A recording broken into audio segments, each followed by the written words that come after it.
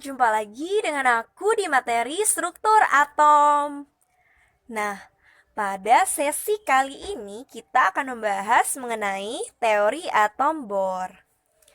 Sebelumnya, bagi kamu yang belum kenal aku, nama aku Anastasia Gabriela. Saat ini merupakan mahasiswi Fakultas Kedokteran Gigi Universitas Indonesia. Kamu juga bisa follow aku di link ini untuk mendapatkan update-update terbaru dari aku. Nah, sebelum kita memulai sesi kali ini, ada baiknya kita mulai dengan sebuah quotes yang berbunyi, "Be somebody nobody thought you could be." Dalam hidup ini, tentu saja pasti ada orang-orang yang menganggap remeh kita, yang merendahkan kita dan menganggap bahwa kita tidak mungkin mencapai mimpi atau kesuksesan yang kita idam-idamkan itu.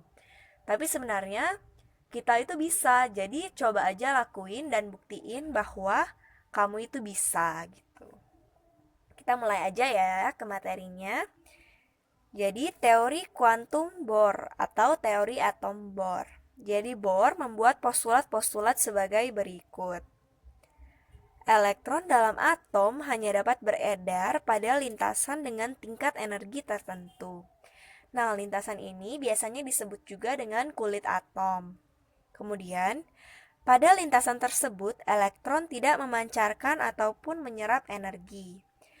Jadi dalam lintasan yang diizinkan tersebut, elektron berputar mengitari inti atom tanpa memancarkan ataupun menyerap energi.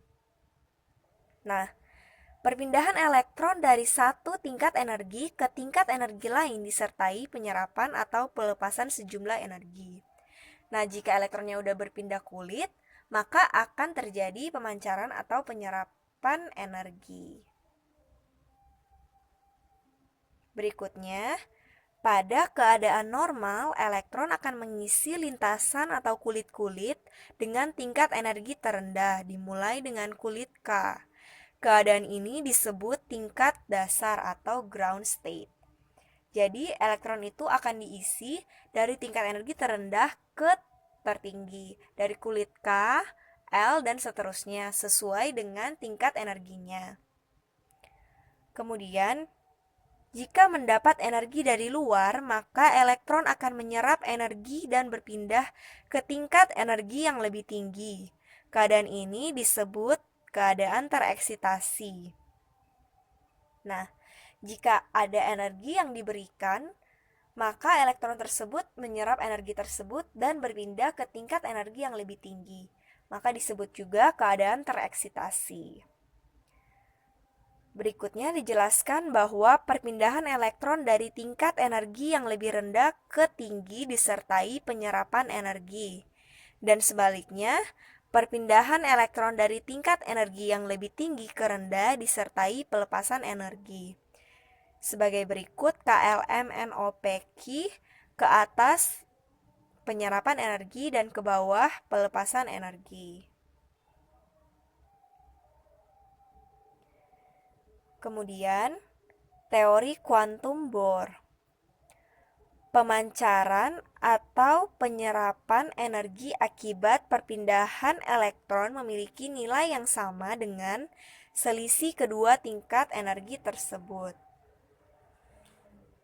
Dengan rumus delta E sama dengan EF dikurangi dengan EI, di mana EF adalah tingkat energi akhir dan EI adalah tingkat energi awal. Nah, untuk mencari energi pada tingkat energi tersebut dapat digunakan rumus EN sama dengan RH minus RH per N kuadrat. Dengan keterangan RH adalah tetapan sebesar 2,179 kali 10 pangkat minus 18 Joule dan N adalah kulit ke-1, 2, dan seterusnya. Berikut kita masuk ke contoh soalnya. Contoh soalnya berbunyi, berapakah energi yang dibutuhkan untuk memindahkan elektron dari lintasan N sama dengan 2 ke N sama dengan 3, di mana RH sama dengan 2,18 kali 10 pangkat minus 18 Joule. Langsung dibahas aja ya. Yang diketahui, elektron tersebut bergerak dari lintasan N sama dengan 2 ke N sama dengan 3 dengan RH sebesar 2,18 kali 10 pangkat minus 18 Joule. Yang ditanyakan adalah jumlah energinya. Jadi kita gunakan rumus EN sama dengan minus RH per N kuadrat. Diperoleh energi pada kulit atom ketiga adalah sebesar minus 2,42 kali 10 pangkat minus 19 Joule. Dan pada kulit kedua sebesar minus 5,45 kali 10 pangkat minus 19 Joule. Dan diperoleh delta E sebesar 3,03 kali 10 pangkat minus 19 Joule. Nah, jika delta E bertanda positif, maka yang terjadi adalah penyerapan energi. Dan sebaliknya, jika delta E bertanda negatif, maka yang terjadi adalah pelepasan energi. Contoh soal berikutnya. Nah, soal kali ini agak sedikit lebih menantang karena kita menggabungkan teori kuantum Planck dan juga Bohr. Contoh soalnya berbunyi, diketahui RH sama dengan 2,18 kali 10 pangkat minus 18 Joule, di mana spektrum kontinu mengandung semua panjang gelombang yang tampak warna, dimulai dari panjang gelombang 380 nanometer sampai 780 nanometer. Apakah ada sinar tampak jika perpindahan elektron dari lintasan N sama dengan 4 ke N sama dengan 3, di mana C sama dengan 3 kali 10 pangkat 8 meter per second dan tetapan Planck sebesar 6,63 kali 10 pangkat minus 34 Joule per second? Langsung dibahas aja. Yang bertanda merah adalah yang diketahui. RH, panjang gelombang, berpindah dari kulit N keempat ke N ketiga, C sama dengan 3 kali 10 pangkat 8 dan tetapan Planck sebesar 6,63 kali 10 pangkat minus 34 Joule per second.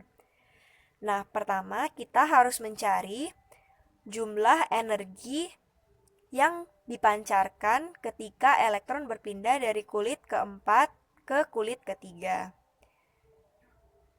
Energi pada kulit ketiga dan keempat dapat dicari dengan menggunakan rumus EN sama dengan minus RH per N kuadrat. Diperoleh energi pada kulit ketiga sebesar minus 2,42 kali 10 pangkat minus 19 dan pada kulit keempat sebesar minus 1,36 kali 10 pangkat minus 19 Joule. Dan delta E sebesar minus 1,06 kali 10 pangkat minus 19 Joule. Karena bertanda negatif artinya elektron dipancarkan. Maaf, energi dipancarkan akibat perpindahan elektron. Lanjut, kita sudah menemukan delta E sama dengan minus 1,06 kali 10 pangkat minus 19. Karena yang ditanyakan adalah apakah ada sinar tampak, maka kita harus mencari panjang gelombangnya. Jadi kita gunakan rumus dari teori kuantum Planck. E sama dengan H dikali V sama dengan H dikali C per lambda. Maka lambda sama dengan H dikali C per E. Kita masukkan H sama dengan 6,63 kali 10 pangkat minus 34 dan C sama dengan 3 kali 10 pangkat 8, kemudian energinya yang tadi diperoleh minus 1,06 dikali 10 pangkat minus 19. Nah, diperoleh lambda sama dengan 1,87 dikali 10 pangkat minus 6 meter. 1 nanometer sama dengan 10 pangkat minus 9 meter. Jadi, kita ubah ke dalam 10 pangkat minus 9. Jadi, 1870 dikali 10 pangkat minus 9 meter. Jadi, lambdanya sebesar 1870 nanometer. Karena tidak termasuk dalam rentang 380 sampai 780 nanometer, maka dikatakan bahwa tidak ada sinar tampak. Nah, kita masuk ke bagian berikutnya yaitu kesimpulan. dapat disimpulkan bahwa jika elektron berpindah lintasan ke lintasan yang lebih tinggi tingkat energinya, maka akan terjadi penyerapan energi. Sedangkan berpindah lintasan ke tingkat energi yang lebih rendah akan disertai pelepasan energi. Kemudian berikut adalah rumus untuk mencari jumlah energi yang diserap atau yang dilepas. Delta S sama dengan EF dikurang EI, di mana EF adalah tingkat energi akhir dan EI adalah tingkat energi awal. Kemudian EN sama dengan minus RH per N kuadrat, di mana RH adalah tetapan 2,179 dikali 10 pangkat minus 18 Joule. Dan N adalah kulit ke-1, 2, dan seterusnya. Terima kasih telah belajar bersama kami. Selamat belajar dan semoga sukses.